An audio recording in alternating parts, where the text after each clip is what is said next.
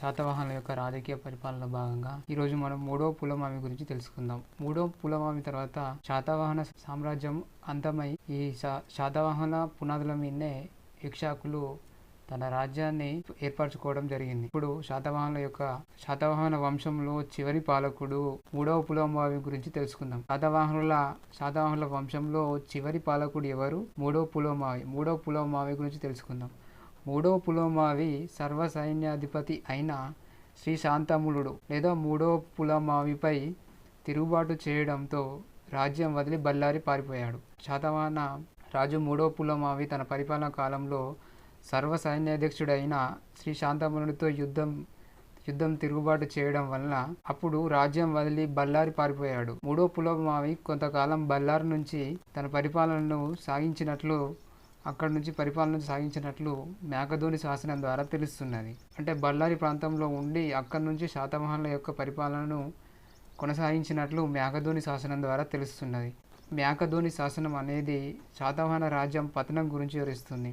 శాతవాహన రాజ్యం యొక్క పతనం గురించి వివరించే శాసనం ఏది అంటే మేకధోని శాసనం. మేకధోని శాసనం ముఖ్యంగా కర్నూలు జిల్లాలో దొరికింది. మూడో పులమావి తర్వాత సామ్రాజ్యం పతనమై అంటే మూడో పులమావి పరిపాలనా కాలం తర్వాత శాతవాహన సామ్రాజ్యం అనేది పతనమై అప్పుడు అబీరులు అండ్ ఇక్ష్వాకులు చుట్టువంశీయులు పల్లవులు విజృంభించి స్వతంత్ర రాజ్యాన్ని ఏర్పరచుకున్నారు. అంటే వీళ్ళు ఎవరు? అభిరుచులు, ఇక్ష్వాకులు, చెట్టు వంశీయులు, పల్లవులు వీళ్ళు శాతవాహనుల వెనికి విజృంభించి స్వతంత్రులై సొంత రాజ్యాలను ఏర్పాటు చేసుకున్నారు.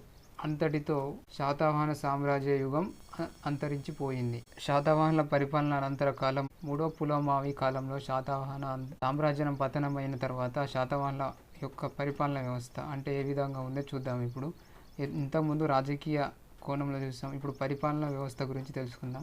శాతవాహనులు మొదటగా మౌర్యుల పాలనను సంప్రదాయాలను అనుసరించారు. మౌర్యుల యొక్క పాలన సంప్రదాయాలను అనుసరించిన వారు ఎవరు? శాతవాహనులు. ముఖ్యంగా నాసిక్, కార్లే గృహ శాసనాలు వీరి పాలనకు వివరాలను తెలియజేస్తున్నాయి. శాతవాహనుల యొక్క పరిపాలన వ్యవస్థ గురించి తెలియజేసే శాసనాలు ఏంటంటే నాసిక్ శాసనం, కార్లే గుహ శాసనాలు శాతవాహనుల యొక్క పరిపాలన వివరాల గురించి తెలియజేస్తున్నాయి. ముఖ్యంగా రాజు అనేవాడు రాజ్యానికి అధిపతి. సర్వసైన్యాధ్యక్షుని యొక్క హోదా ఏంటంటే వంశపార్యంపరంగా రాచరికంగా కొనసాగింది. ఏంటిది రాచరికంగా కొనసాగింది లేదా వంశపార్యంగా కొనసాగిన పదవి ఏంటంటే సర్వసైన్యాధ్యక్షుడు అనేది పదవి వంశపార్యంగా రాచరికంగా కొనసాగింది. శాతవాహన పరిపాలనలో కొందరు మాతృనామాలు కలిగి ఉన్న రాజ్యాధికారం మాత్రం మగవారికి సంక్రమించేది. రాజ్య పరిపాలన అంతా మగవారికి సంక్రమించేది. ముఖ్యంగా తండ్రి నుంచి రాజ్యం కుమారులకు వంశపార్యంగా సంక్రమించింది. తండ్రి వారసత్వం దాన్నే రాజ్యం పరిపాలన అనేది కుమారులకు వంశపార్యపరంగా సంక్రమించింది. పాలన రాజు అనేవాడు ధర్మశాస్త్రబద్ధంగా ధర్మరక్షకుడిగా ఉండాలనే నియమం ఉండేది. శాతవాహన రాజ్యంను 4 భాగాలుగా విభజించారు. అందులో సామ్రాజ్యం, ఆహారం, విషయం, గ్రామం. అంటే సామ్రాజ్యానికి అధిపతి ఎవరు? రాజు. ఆహారానికి ఎవరు? కుమార మహత్య. విషయానికి ఎవరు అధిపతి అంటే విషయపతి. ముఖ్యంగా గ్రామంలో చూసుకున్నప్పుడు గ్రామిక అనే అధిపతులు ఉండేవారు. పరిపాలన అధికారాలు విషయ అమత్య అంటే ప్రధాని. రాజ్య అమత్య అంటే శాసనాలు రాసేవాడు. మహా అమత్య అంటే ఆర్థిక మంత్రి. అలాగే మహా అమత్య అంటే కూడా సైనిక మంత్రి వస్తుంది. మహారటకులు అంటే రాష్ట్రాన్ని పరిపాలించే అధికారులు. మహాభోజకులు అంటే రాష్ట్ర పాలకుడి హోదా. అంటే మహాసేనాధిపతి అంటే ఎవరంటే సైన్యాధిపతి. దూత అంటే గూఢచారులు. భండారిక అంటే వస్తు రూపంలో ఆదాయాన్ని భద్రపరిచే వారినే భండారిక అంటారు. హిరణ్యక అంటే ధన రూపంలో ఆదాయాన్ని భద్రపరిచేవారు. నిబంధనకార అంటే దస్తావేదాలు నమోదు చేసే అధికారిని నిబంధనకార అంటారు. మహాతారక అంటే రాజు యొక్క అంగరక్షకుడిని మహాతారక అంటారు. అక్షపాటల శాఖ అంటే రికార్డుల కార్యాలయం గురించి తెలిపేదాన్ని అక్షపటల శాఖ అంటారు. లేఖక అంటే చక్రవర్తి యొక్క కార్యదర్శి.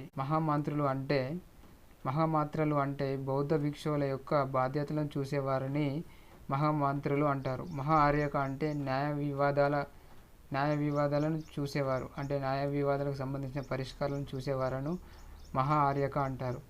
ముఖ్యంగా గౌల్మికుడు అనేవాడు రాజ్యంలో కోట రక్షణ చూసేవాడు. గౌల్మికుడు అనేవాడు రాజ్యంలోని కోట రక్షణను చూసేవాడు. శాతవాహనుల రాజ్యాన్ని 3 పరిపాలనా ప్రాంతాలుగా విభజించారు.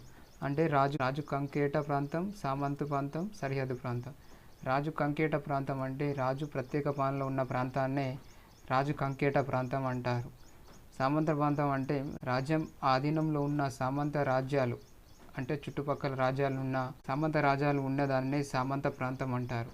ఎగ్జాంపుల్గా చుట్టూ ఇక్షాకులు, కుర, వీళ్ళు సామంత రాజ్యాలు. సరిహద్దు ప్రాంతం అంటే రాజ్య సంరక్షణ కోసం సరిహద్దు ప్రాంతంలో సేనాధిపతులను ఆధీనంలో ఉంచేవారు.